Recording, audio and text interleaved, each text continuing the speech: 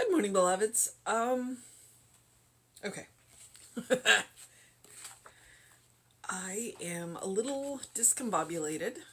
I went to bed too late, got up too early, which is not true. I did go to bed a little later than I should have because I'm completely caught up on the YouTube channel. And then, by getting up too early, it was go meet the trainer day. So we have to get up just, a little earlier. And so I'm just like, ah. But it is June, June 16th. I'm pretty sure. Yeah, June 16th. Our title is Importance is the Order of the Day. Our Emerson quote is, every moment when the individual feels himself invaded by it, truth, is memorable.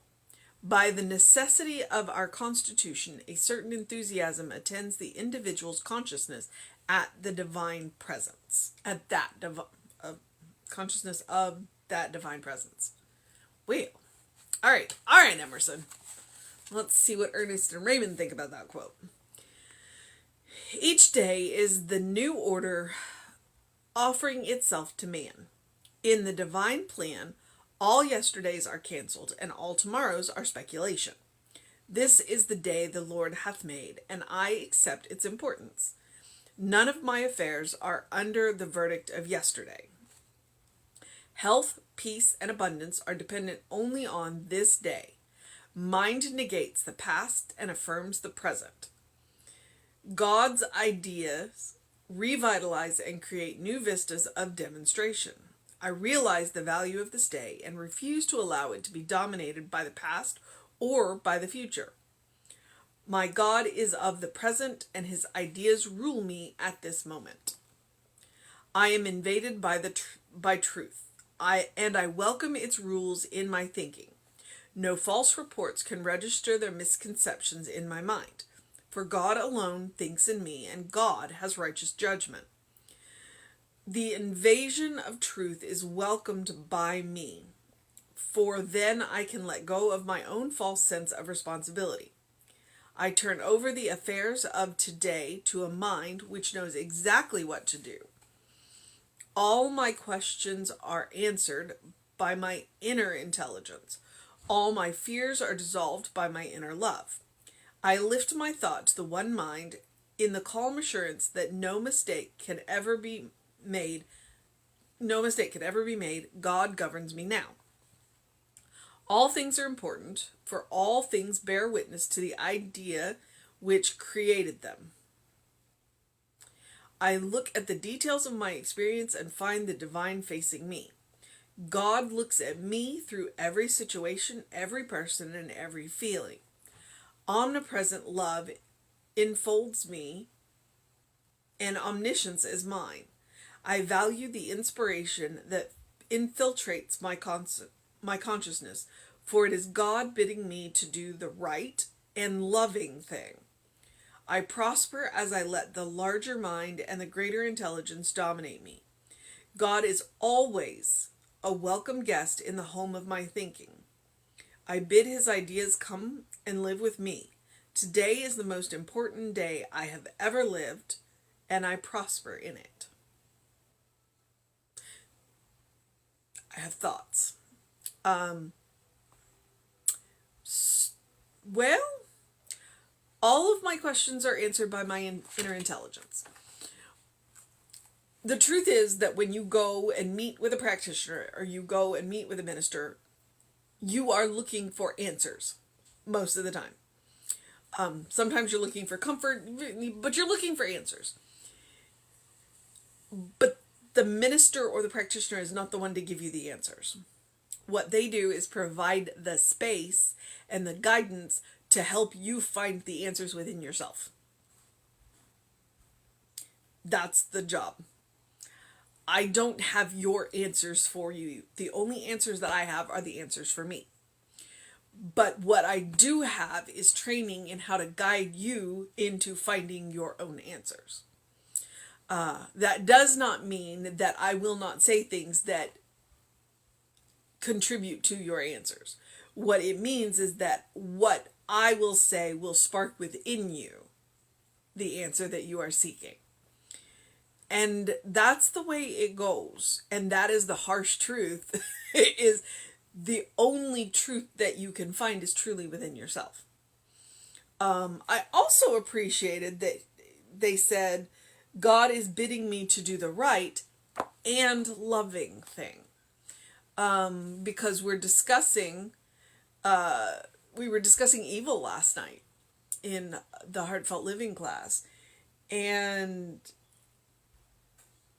most of the time, people are chasing their good, but not taking into account who is getting hurt in the process. There are people who absolutely do take that into account and do it anyway. And that's that calculation, and that's just terrifying. So the right thing and the loving thing, that's, yeah. Because sometimes the loving thing doesn't always feel that way. That's where that tough love comes in. That's where the loving thing is coming into in track of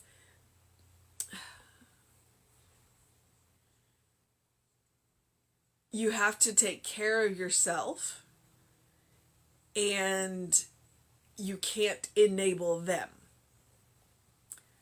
So the loving thing is to let them go, you know? So it's the right thing and it's the loving thing. And sometimes it feels different. But the goal is to not hurt anybody in the process. And the Dalai Lama says that. If you can't help them, at least don't hurt them. So, all right. Importance is the order of the day. Today is the only day you'll live. You can't live in yesterday. You cannot live in tomorrow. Today is the only day you can live. Therefore, it is the most important. Let's deal with Emerson. Okay, every moment when the individual feels himself invaded by it, in quotes, truth, capital T, is memorable. By the necessity of our constitution, a certain enthusiasm attends the individual's consciousness of that divine presence. You know it when you feel it. You know it when you feel it. You know when you have been smacked by the spiritual 2x4. You know when you speak the truth, because it tingles in you in a way that nothing else does. Nothing else does. And one of the best ways to feel that is when you go into treatment, when you do prayer. That's the best way to speak that truth and to feel that truth and to know what that feels like. So that when it hits you in other moments that are not in prayer time, not in spiritual practice, you're like, oh, because it will. You just got to be aware of it. Okay, each day is a new offering itself. Each day is the new order offering itself to man, to people. In the divine plan, all yesterdays are canceled and all tomorrows are speculation. The only day you live is today. This is the day the Lord hath made, and I accept its importance. Okay? You can't live in yesterday. You can't live... Actually, if you do live in yesterday, that's called depression. If you do live in tomorrow, that's called anxiety. Yeah. So the only day you can live is now. It doesn't mean you can't learn the lessons from the past. It doesn't mean you can't plan for the future. But the only day you can live is today.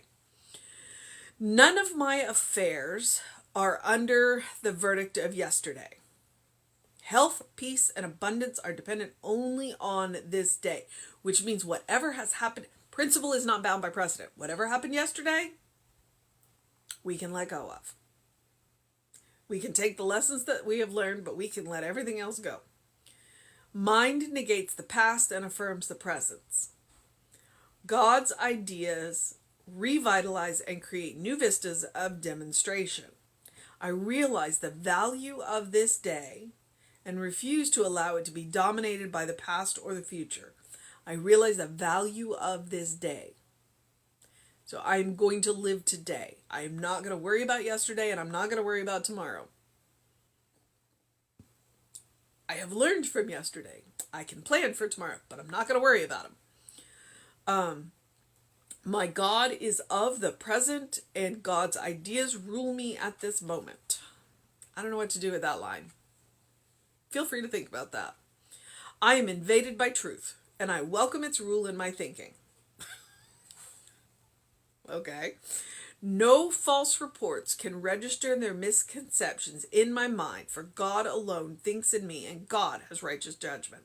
So if I am using God's mind, then I'm not going to be confused by the material world. I'm not going to be confused by what people tell me, by what I see, what I hear, it's like sometimes you literally cannot believe the evidence of your eyes. You're just like, wait, what? So then you go and you put on your God mind and you go and then you look at that. And so that's where you can acknowledge conditions, but see the truth behind them. See the reality behind them and go, yeah, that's not what's supposed to be happening. Let's fix that.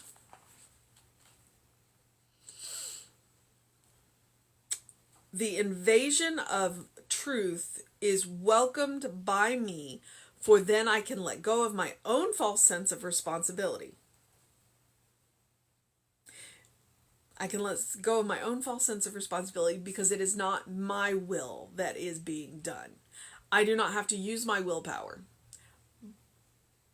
because the power to do what it is that I need to do is coming from somewhere else. It is coming through me, not from me. I turn over the affairs of today to a mind which knows exactly what to do. Okay, the mind knows what to do. So I'm letting go of my false sense of responsibility, but I'm not letting go of my responsibility to do. Okay, I still have work to do. We still have work to do. But rather than us having to think of the solution on our own, we go to the place where the solution already exists. And that mind will guide us into what it is that we need to do. So at no time am I telling you, you do not have a responsibility. At no time am I telling you, you do not have stuff to do. I'm just telling you, it doesn't come from you. It comes through you. All my fears are dissolved. Wait. Hang on. All my questions are answered by my inner intelligence. All right? All my fears are dissolved by my inner love. Which means I go within and that's one of the things that we start teaching you early on. When something happens that is non-preferred, the first place you go is within. The first place you go is within. You go to that place of peace. You go to that place of love. You fill up there. You fill up there and you bring that mind back with you to help you, to support you in handling whatever it is that you are facing. The first place you go is within. And then you go and do.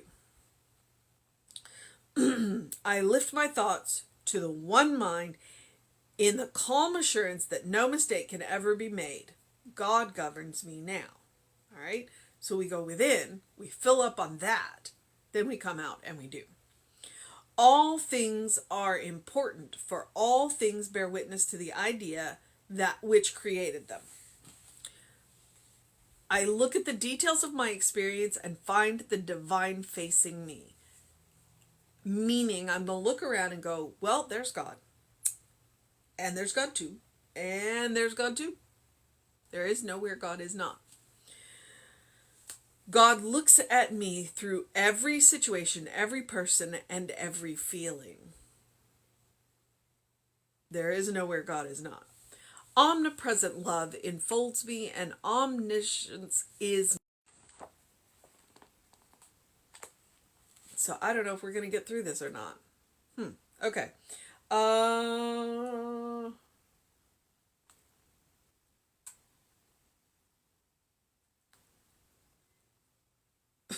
And the power just came back on as I'm trying to find myself in the light that I have in the room. For God is bidding me, okay, I value the inspiration that infiltrates my consciousness, for it is God bidding me to do the right and loving thing. For it is God bidding me to do the right and loving thing. I prosper as I let the larger mind and the greater intelligence dominate me. God is always a welcome guest in the home of my thinking. Because I have a good relationship with God, because I know who God is and I know who I am. So God is always welcome because I'm not afraid of God, because I know that God is a principle, not an accountant in the sky. I bid God's ideas to come and live with me. Today is the most important day I have ever lived, and I prosper in it now. Every day, every present is going to be the most important day that you live, because it's the only day that you can have any effect at all. And what you do today will affect your future. So today is the most important day. All right. I'm gonna get off before the weather, the power does anything else. Yay! It's June. It's gonna be an interesting summer. I do live in Texas. The power company that let us freeze is threatening us with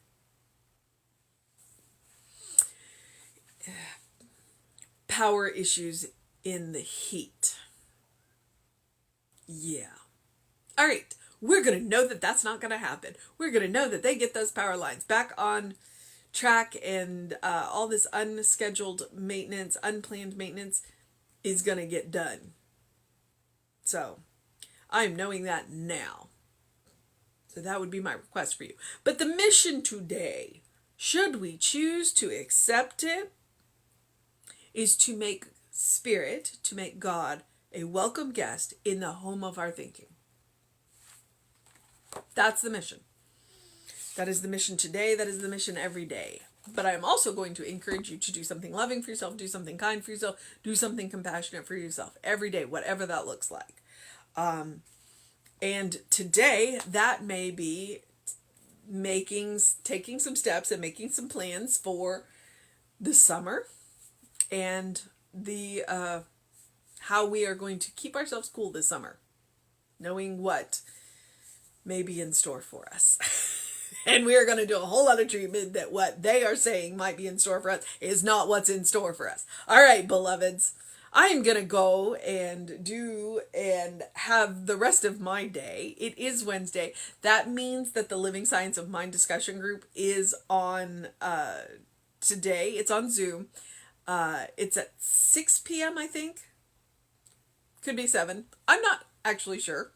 Which means I suggest you email info@creativelife.org to find out for sure. And we will go from there. So please remember that you are a beloved child of God in whom God is well pleased always and forever. That is our state of grace. All right?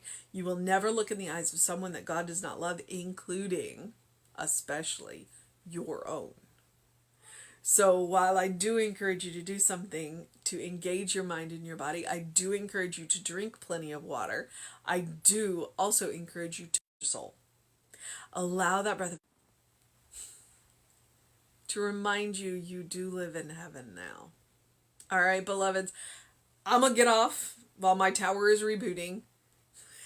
Do what you need to do to make it a wonderful day. All right. And I will see you tomorrow at 9 a.m. And Reverend David will be on at 5 p.m. tomorrow. And you can see all this chaos that happens on these things like this if you check out the Running Rev Ryan YouTube channel. So feel free to go and see all that nonsense too. Because occasionally I'm really good. All right, beloveds, know that you're loved.